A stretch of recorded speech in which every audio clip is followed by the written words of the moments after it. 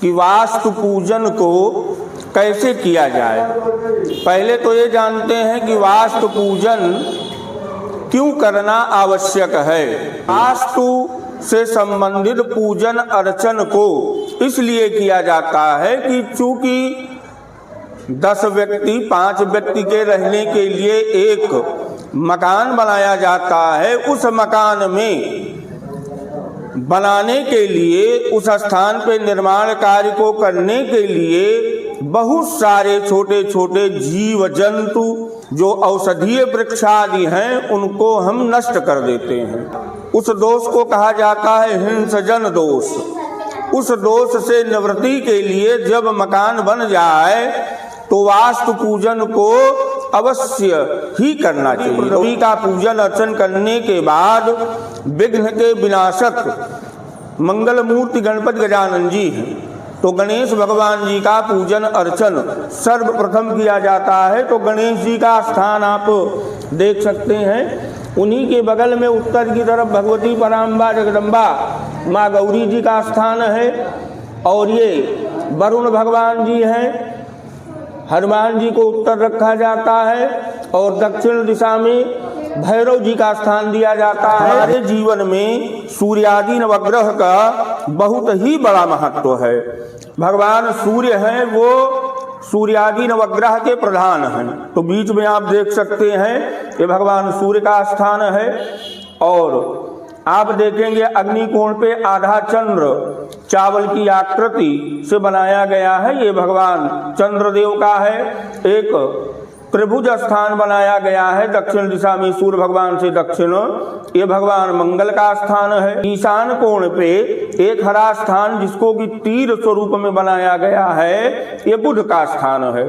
सूर्य भगवान के सीधे उत्तर में देखेंगे पीला स्थान चावल से आकृति दी गई है, ये बृहस्पति का स्थान है। और सूर्य भगवान से पूर्व दिशा में भगवान शुक्र का स्थान है। सूर्य भगवान से पश्चिम मनुष्य की आकृति दी गई है, ये दंड के अधिकारी भगवान शनि देव का स्थान है। आप देखेंगे शनि भगवान से दक्षिण की तरफ ये राहु का स्थान है, और उत्तर की तरफ केतु का स्थान है। इन सूर्यादि नवग्रह का पूजन अर्चन करने से जो हमारी कुंडली में ग्रह अरिष्ट होते हैं वो प्रसन्न होते हैं, शुभ फल प्रदान करते हैं। इन सूर्यादि नवग्रह की प्रसन्नता के लिए आप देख रहे हैं जो जिस कलर के देवता हैं उसी कलर की झंडी रखी गई है। तो ये ध्वज पताका से युक्त इनका पूजन अर्चन किया जाता है, और हनुमान जी के लिए हनुमत ध्वज दिया गया है। जब सूर्यादि नवग्रह का पूजन किया जाता है, इनका आवाहन किया जाता है, तो इन्हीं के साथ अधिप्रत्यधि देवता का दक्षिण और वाम भाग में आवाहन पूजन अर्चन किया जाता है। 10 दिशाएं हैं, ये हमारे घर की 10 दिशा से रक्षा करते हैं। तो इस 10 दिशा में जो प्रधान है वो इंद्र भगवान है। तो इंद्र भगवान का जो कलश है तो पूर्व दिशा में है, इनको पीली झंडी दिया जाता है। आग्नेय कोण में अग्नि भगवान का स्थान है, दक्षिण दिशा में यमराज जी का स्थान है, नैऋत्य में नरित का स्थान है, पश्चिम दिशा में वरुण का स्थान है, वायव्य कोण में वायु देवता का स्थान है, उत्तर दिशा में कुबेर का स्थान है, ईशान कोण में भगवान शिव का स्थान है, अनंत उनका स्थान आप देख सकते हैं नैऋत्य और पश्चिम के मध्य में है। यहाँ पे आप देखेंगे भगवान शिव और इंद्र के बीच में जो कलश रखा गया है ये ब्रह्मा का स्थान है। ते इंद्रादि 10 दिक्पाल देवता का पूजन अर्चन करके इनको भी ध्वजा पताका इनके ही रंग और इनके स्वरूप का दिया जाता है। अब आप यहाँ देखेंगे ये 5 कलश रखे गए हैं, ये 5 लोकपाल हैं। इनमें जो प्रधान है वो विघ्न विनाशक गणपति गजानन जी हैं। आग्नेय कोण की तरफ यहाँ पे आप देखेंगे ये षोडश मातृका का स्थान है।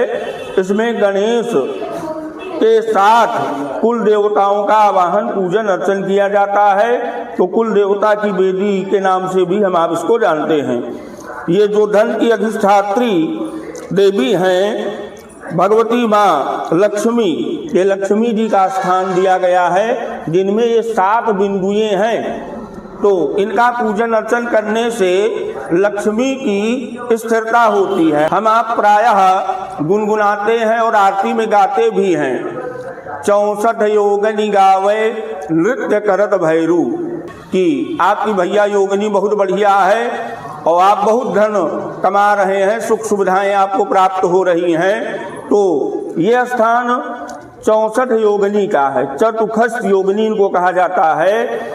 इनमें प्रमुख रूप से महाकाली, महालक्ष्मी और महासरस्वती इनका आवाहन किया जाता है। तो काली जी के लिए काली झंडी पताका और लक्ष्मी जी के लाल और भगवती सरस्वती के लिए सफेद, तीनों स्वरूप को धारण किए हुए माँ जगत जननी त्रिगुणात्मिका दुर्गा देवी के स्वरूप के द्वारा ही इनका पूजन अर्चन यजन किया जाता है।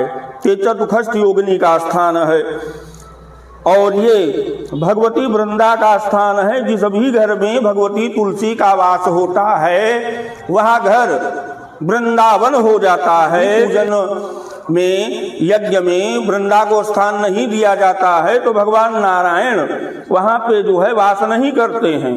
तो भगवान नारायण के वास के लिए, उनकी कृपा प्रसाद के लिए वृंदा का पूजन अवश्य ही करना चाहिए। जिनमें वास्तु पुरुष का हमारे जीवन में बहुत ही महत्व है।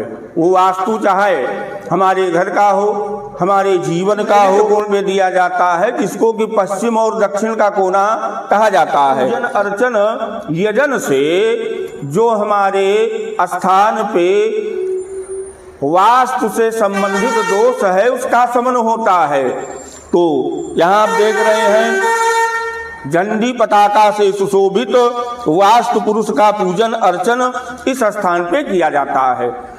वायव्य कोण पे देखेंगे कि ये स्थान जो है क्षेत्रपाल जी का है।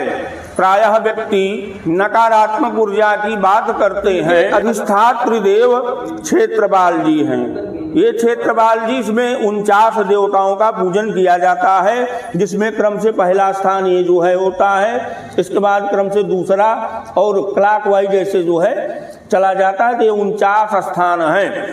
इनके पूजन अर्चन को करने से भूत प्रेत, यक्ष, गंधर्व, नाग, किन्नर, पिशाचनी, डाकनी, इनसे हमारे घर की रक्षा होती है। तो इनका पूजन अर्चन और हवन के समय दही उड़द के साथ इनकी प्रसन्नता के लिए बलि दिया जाता है कि आप हमारे घर की नकारात्मक ऊर्जा से सदैव रक्षा करिए, परिवार में सुख शांति की स्थापना हो और परिवार को सुख शांति की प्राप्ति हो। इनके लिए भी जो है आप काली झंडी देख रहे हैं, ये दिया जाता है। तो क्षेत्रपाल जी महाराज हो गए। अब हम आप बढ़ेंगे जो है प्रधान वेदी। प्रधान का मतलब होता है मुखिया। तो चाहे वो घर के मुखिया हों या किसी पूजन अर्चन के मुखिया हों, तो जो मुखिया हैं उनको ऊंचा स्थान दिया जाता है। तो ये जो वेदी आप देख रहे हैं रंग बिरंगे चावलों से बनी हुई है, सभी वेदियों में बड़ी वेदी बनी हुई है। तो ये जो स्थान है इसका नाम है सर्वतोभद्र मंडल। सर्वतो का मतलब होता है सभी प्रकार से और भद्र का मतलब होता है कल्याण। तो सभी प्रकार से हमारा, हमारे परिवार का, हमारे जन का, हमारे धन का कल्याण हो। तो ये जो है सर्वतोभद्र मंडल की वेदी है। 33 कोटि देवताओं का, ब्रह्मादि देवताओं का आवाहन पूजन अर्चन इस वेदी पे किया जाता है। आप किसी भी देवी देवता की स्थापना, पूजन अर्चन यजन इस प्रधान वेदी पे कर सकते हैं। इनके लिए भी ध्वजा पताका जो है प्रदान की गई है। तो भगवान विष्णु जो कि मोक्ष के दाता प्रदाता हैं, उनको स्थान दिया गया है। लक्ष्मी हैं वो भगवान नारायण की ही धर्म पत्नी है। तो भगवान नारायण की जब कृपा होती है, इनकी जब प्रसन्नता होती है, तो भगवती लक्ष्मी की असीम अनुकंपा उस घर पे, उस परिवार पे विशेष रूप से बनती है। तो भगवान नारायण का पूजन अर्चन इस वेदी पे किया जा रहा है। ये जितना भी ध्वजा पताका आप देख रहे हैं, ये सब ध्वजा पताका इन्हीं सभी देवी देवताओं के लिए प्रदान किया गया है। जो भी नया घर हो उसमें बंधनवार, चाहे वो अशोक के पत्ते के द्वारा आम के पत्ते के द्वारा, मूंज का बाध हो या कोई रस्सी हो, अगर आपको नहीं प्राप्त हो रही है तो उसी में इन पत्तों को लगाना चाहिए। उसी में कागज की झंडी आदि से सुसज्जित करके धात्री विधात्री देवी का पूजन अर्चन किया जाता है और घर के चारों तरफ उसको बांध दिया जाता है। त्रिसूत्र वेष्टन के द्वारा 4 कील का पूजन अर्चन और बलि प्रदान करके इसी धागे को घुमाया जाता है। जब ये धागा घुमाया जाता है तो दूध की धारा और जल की धारा से सिंचित किया जाता है। गृह प्रवेश को करने से पहले जब पूजन अर्चन सभी प्रकार की हो जाती है तो हवन किया जाता है। हवन और यज्ञ जिस भी पूजन अर्चन में नहीं किए जाते हैं, पूर्णाहुति नहीं की जाती है, तो वो यज्ञ और वो पूजन, वो हवन अधूरी हो जाती है। उसका जो फल है वो हमको और हमारे परिवार को पूर्ण रूपेण नहीं प्राप्त होता है। तो आप देख रहे हैं कि हवन कुंड को विधि विधान पूर्वक बनाया गया है। अब ये जो मेखला है, 3 मेखलाएं इसमें होनी चाहिए। ये जो पहली मेखला है ये विष्णु भगवान की है, दूसरी मेखला ब्रह्मा जी की है, तीसरी मेखला भगवान शिव की है। 3 ही देवता हैं, सत रज तम। सात्विक भगवान विष्णु, राजसी ब्रह्मा जी और तामसी भगवान भूत भावन साम सदाशिव जी। इन्हीं 3 देवताओं का आवाहन क्रम से इन तीनों मेखलाओं पे किया जाता है।